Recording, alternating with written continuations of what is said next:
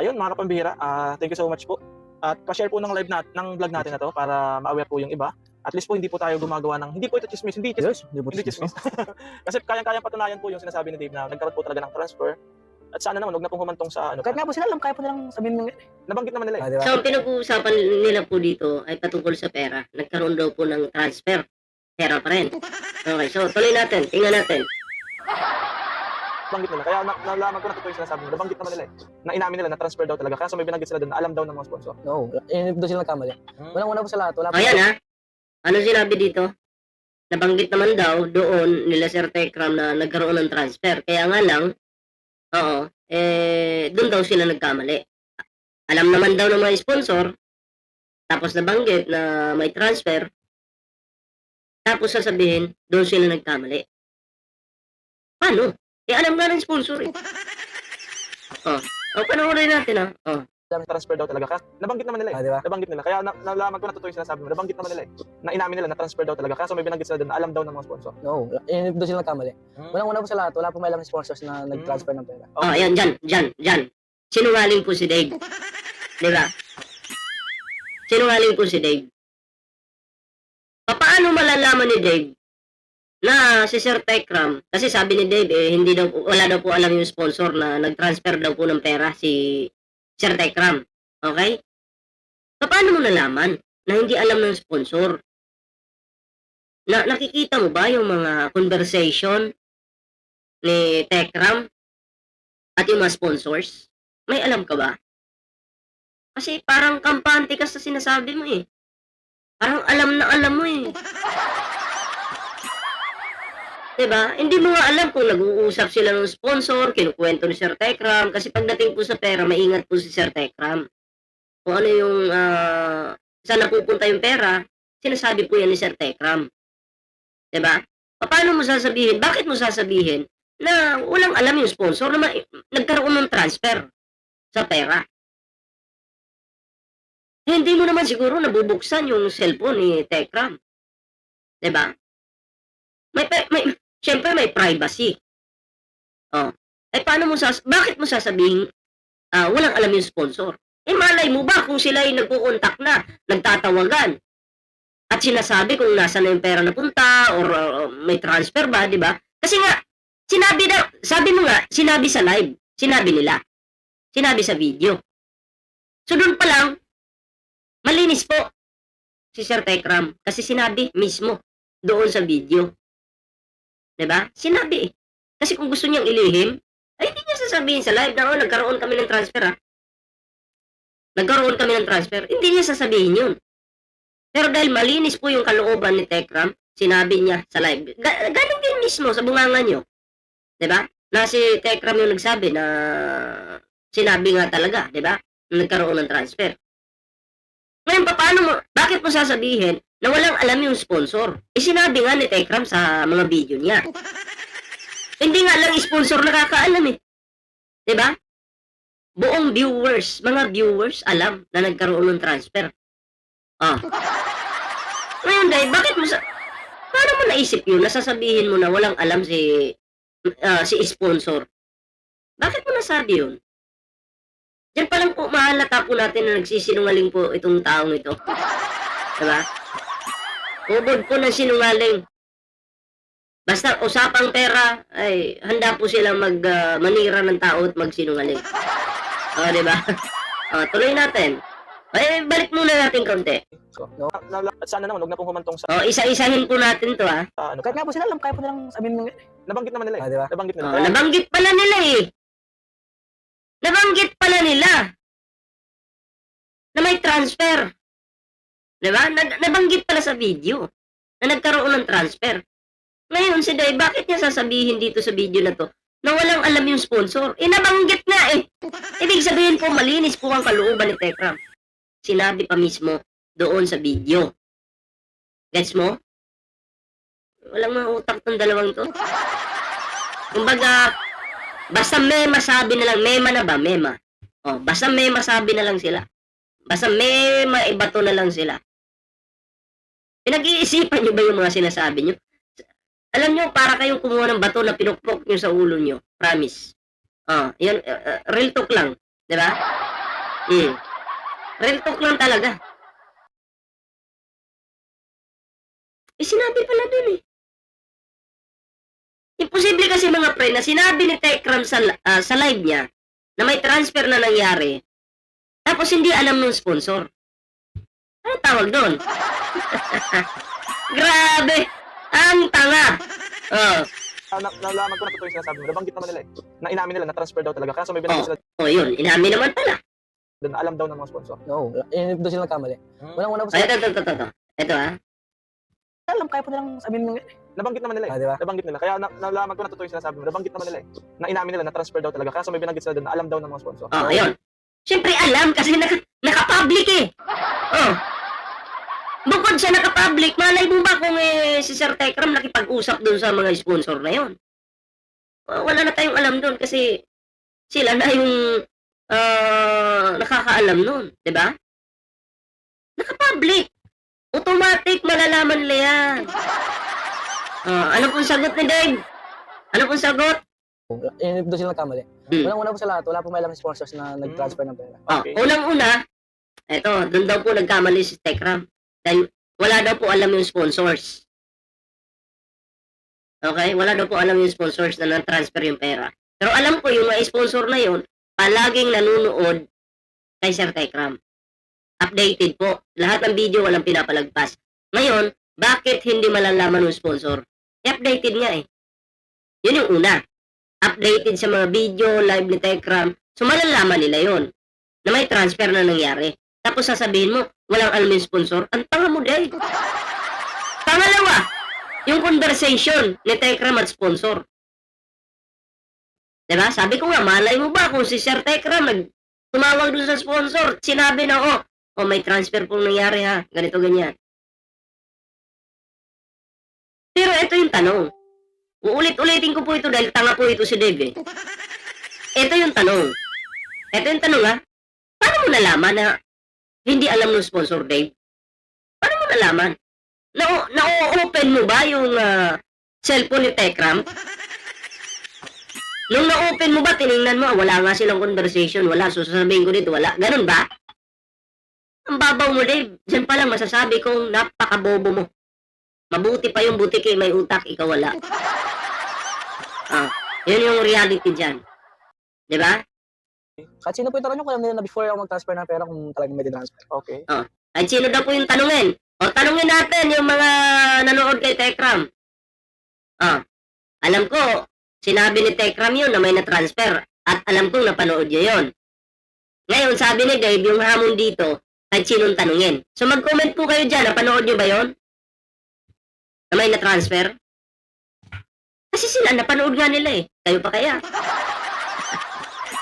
Ang bobo. Grabe. Kahit sino daw tanungin. Alam mo, Dave, para kang alam mo nang kumunoy, inapakan mo pa, lalo kang lumubog diyan sa mga sinasabi mo. Diba? Yun pala yun. So at least, ako, may personal, nakita ko na yun sa pagla-live ko eh. May pag-amin, yung pera binanggit mo, may naggawa ako ng content na gano'n, ako napanood mo yun, may vlog akong gano'n. At least ngayon, narinig ko sa'yo mismo, na totoo talaga. May pag-amin kay Tekram. So, dahil napanood mo, may pag-amin, napanood, hindi lang ikaw nakapanood doon, pati mga sponsor. Kasi may pag-amin. Kaya imposible na hindi alam ng sponsor na may transfer na nangyari. May pag-amin nga eh. Doon sa video. Diba? At bukod doon sa video, pagpalagay nating ano na yon, medyo hindi kayo kumbinsido. May pangalawa pa eh.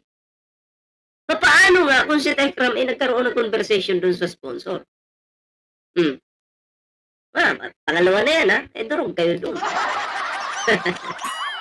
Grabe ka, kupal. Nadidetail mo yung oras, yung petsa, baka natatandaan mo pa, yung lugar, saka yung opisina kung saan nangyari, kung paano siya nagpirma. Sana magagawan pa po ng paraan yan na kasi si Dave naman po talaga yung beneficiaries niya. Tulong na lang po ninyo yan kay Dave, di ba? Gusto niya tulungan yung bata. Ngayon, tulong nyo. Tulong niyo na po yan kay Dave. Kasi tulungan yung bata. Bata pa ba yan? Yun yung tulong niya na huwag niyong ipagkait sa bata yung para. Huwag niyo ipagkait kasi para magkaroon din ng share etong si Jose. Huwag niyo ipagkait. Kayo naman, pinagkakait yung mga pera niyo kay Dave eh. Diba? Huwag niyo ipagkait kasi. May komisyon yan si Jose. Kasi pangit naman kung ipagkakait natin. Ang pangit naman kung ipagkakait nyo eh, wala din kikitain si Jose. Wala din siyang mapepera dyan, walang mapapala. Kung walang pera si Dave, wala din pera si Jose. Ha? So, pangit naman. So, please lang, mga pera nyo naman, huwag nyo ipagkait kay Dave. Ha? Para, iwan ko, ilang porsyento yung matatanggap ni Jose. Ha? Pambili daw ng kalabaw. Pangkalabaw lang daw. Yan ang mga nagmamahal sa kanya, diba? Yun po yun. Nagmamahal sa kanya, wala nang nagmamahal sa kanya. Lahat ng nagmamahal sa kanya noon, wala na. Iniwan na siya. Diba? Yun ang katotohanan. Po yung aming hinaing lang naman. Hindi ako concerned, hindi ako nag-interest doon sa pera mo, diba? I-reverse nyo na lang yun. I-reverse nyo na lang po yun. Reverse. Kunyari, syempre, nasa camera ka, magkukunyari ka na hindi ka interesado sa pera ni Dave. Pero deep inside, alam mo, kupal ka. Diba? Kunyari lang yun. Kunyari lang na hindi ka interesado, wala ka namang ipahalata mo. Diba? Hindi mo ipapahalata, syempre. Hindi ako nag-interest doon. Kumaga, gusto kong bigyan ng boses na, kasi sabi ng mga nagko-comment kasi, bigyan na lang daw sa iba eh. Anong masasabi mo? Siguro, problema sa akin. Ibigay na lang daw sa iba, paano yun? Wala problema sa akin, basta ang ano yun lang nila. Walang problema sa akin, pero ang ano lang nila, ha? Ang ano ko rin, hindi ako mapakali, kaya nagpa-interview ako sa'yo eh, para mabawi yung pera eh. Pero, kunyari lang din ni Dave yun na wala na siyang paki doon sa pera. Pero, sa totoo lang, masakit sa kanya. Na hindi niya nakuha yung pera na yun. Na dapat, totoo naman, para sana sa kanya talaga. Pero dahil uto-uto ito si Dave, inuto na mawakwak, nagpa-uto naman, ayan, naglayas, and then siniraan yung Mananastas family, nagalit yung mga sponsor, ayaw nang ibigay kay Dave. Kaya ang dapat sa'yo, Dave, ano? Iyak ka na lang. Iyak ka na lang, Dave. Ito sa'yo. Kita mo to. So yun, ganun pang pagnanakaw na yun. Stealing. Tama ba? Oo, tama. Pagnanakaw na yun eh. Oo. Hindi niya sa'yo pa rin papamigay mo. Diyan, another kabubuhan ni Dave. It's stealing daw. Pag nanakaw daw po ni Tekram yun. Stealing. Inakusahan si Tekram na stealing. Pag nanakaw. Paano mo masasabing pag nanakaw yan kung aprobado naman ng mga sponsor na ito, pera na to, huwag nang ibigay sa'yo. Paano mo naging stealing yun? Matinding akusasyon ha. Ginawa pang magnanakaw si Tekram nitong batang kulangot na to. Stealing daw po. Inakusahan pa si Tekram na magnanakaw daw. Wow, ang kapal. Grabe. Stealing, hindi po basta-basta yan. Aprobado ng sponsor na wag nang ibigay sa'yo. Tapos aakusahan mo pa rin yung tao na nagnanakaw. Ang kapal na mukha. Diba? Stealing daw po. Grabing kakupalan yan. Diba? Kaya, sabi ko Ay, sa Robin Hood. Kaya nga sabi ko po sa inyo, bago po kayo magsalita, isipin niyo po muna. Bago ka magsalita, isipin mo muna kung ano yung mga binibitawan mong salita. Kasi ang tanga mo, Dave. Isa kang dakilang tanga. Pag magdidebate tayo, ito yung tatanong ko sa'yo eh. Dave, paano magiging stealing yun? Kung aprobado naman ng sponsors na wag nang ibigay sa'yo. Sige, dapat masagot mo yan. Pero dahil bubo ka, hindi mo masasagot. Diba? Pero dahil tatanga-tanga ka, guilty ka, alam mo sa sarili mong guilty ka, hindi mo masasagot yan. Diba? Ako sponsor ngayon, pagpalagay ko. May pinatago ako kay Tekram na pera. For the future. Diba? For the future mo. Para sa future mo. Okay? Nagbulakbul ka. Iniwan mo si Tekram. Ang magiging desisyon ko na sponsor, wag mo na pong ibigay kay Dave yan ha. Ano na mo lang yan, pantulong mo na lang sa charity mo. Then pwede, ikaw na Dave ka, pwede mo ba sabihin na, uy, si Tekram, nagnanakaw yan. Stealing na yan kasi yung pera na para sa akin, hindi na binigay. Stealing ba yun? Hindi. Bakit? Desisyon ko po na sponsor na wag nang ibigay sa kupal na yan. Diba? Kung sabi nga ng mga viewers, kung pwede lang bawiin yung luha na iniyak sa'yo noon, Dave, babawiin po nila. Kaso hindi na mababawi yun. Oo. Kasi yan, sinasabihan niya po ng ganyan. Bakit okay lang po sa akin? Pero sige, kasalanan pa rin sila. It's for stealing. Oo. Stealing yung ginawa na, tapos papamigay nila sa iba. Di ba? Ano, super power. Kasi marami na Stealing yung ginawa nila, tapos papamigay nila sa iba. Hindi magsampa ka ng kaso, stealing pala eh. Oh. Mababaw yung pag-unawa mo, Dave. Malabnaw din yung utak mo. Ha? Hindi lang malabnaw. Walang hiya ka pa. Hindi ka na nahiya. Ganito yung gawin mo. Magtrabaho ka para kumita ka. Eh kung noon sana nagtrabaho ka, nagsikap ka para kumita ka, and then yung pinagpawisan mo na yun, tinago ni Tekram, and then umalis ka, hindi binigay sa'yo, yun yung stealing. Kasi pinagpaguran mo, pinagpawisan mo, stealing yun. Diba? Kasi sahod mo yun eh. Tapos hindi bibigay sa'yo, stealing yun. Pero kung galing sa mga sponsor at ayaw na sa'yo ng mga sponsor na ipabigay itong pera na to, susunod lang si Tekram. Ngayon, nagtanong, paano naging stealing yan? Tama ka ba? including yung gamit mo eh. Ibigay daw sila. That's my things. My personal things ko yun. Oo. Kaya, pwede silang kasuhan doon.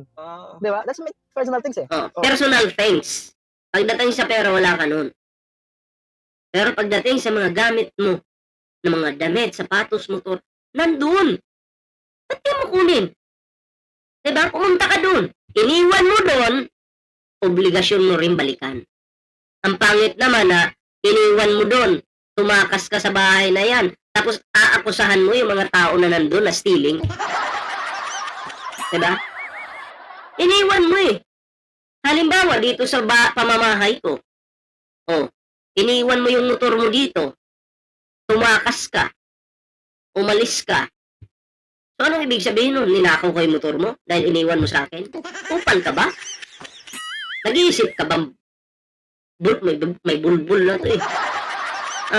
Nag-iisip ka ba? Kunin mo, balikan mo.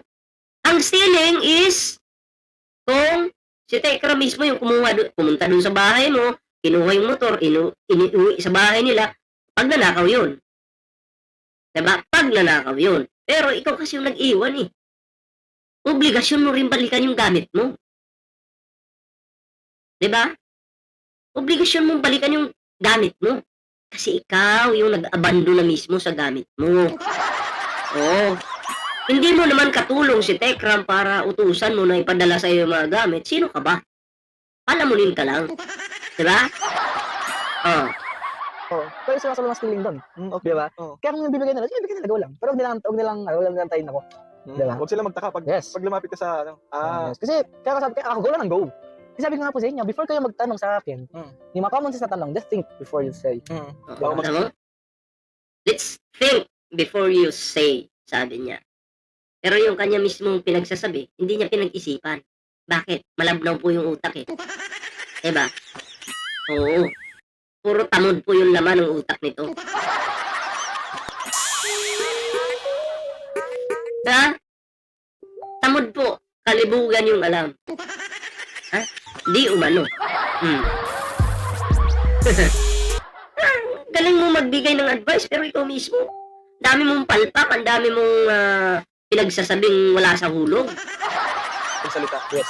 Kasi nababasa natin talaga sa comment section sa kanila, sa mga upload nila sa Facebook, sa YouTube, na hindi ka daw deserving tulungan, ibigay na lang daw sa iba. So, hindi malakas po yung love ko, alam niyo po kasi bakit? Bakit? Kasi alam kong stealing ginagawa nila, kung bibigyan nila sa iba yun eh. Stealing, ibibigay sa iba. Tapos pera ng sponsor, tapos ang nag-decide sponsor. Diba? Alam mo, Dave, kung nasa tabi lang kita, babatukan na kita eh. Babatukan kita. Ang purpose sa pagbato ko sa'yo, para ma-realize mo yung katangahan mo. Ha? Sarap mong batukan sa totoo lang. Pinag-aral ka, nag-aral ka naman, pero ganyan lang naabot ng utak mo. Diba? Napakababaw mong mag-isip sa totoo lang. Oo. Mas mababa ka pa doon sa mga taong hindi nakapag-aral. Hindi ka nahiya, no? Ang kupal-kupal mo. Diba? Hindi ka pa marunong mag-isip. Bobo ka. aware din naman si Jim na sabi niya kay Kuya, well, Kuya, it's still fair ni Dave. Sabi rin ni Pore na, ba't namin ibibigay sa iba, makakasuhan kami dyan. Di ba? Aware din naman sila, kaya lang, tingnan natin kung anong mangyayari. Yes. Responding to emails takes time, but not with Grammarly.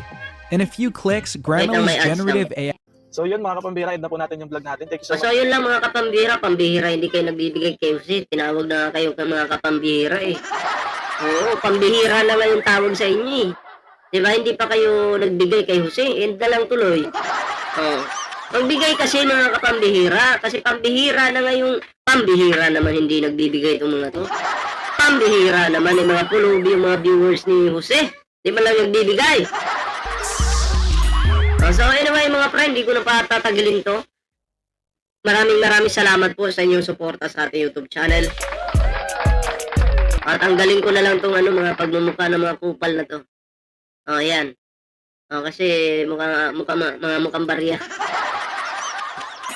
Diba? Mga mukhang kulangot. So maraming salamat po sa suporta ninyo. May TikTok, Facebook po tayo dyan. Sana po inyong suportahan. Kita-kits po tayo sa susunod na video. Ingat po kayo lahat.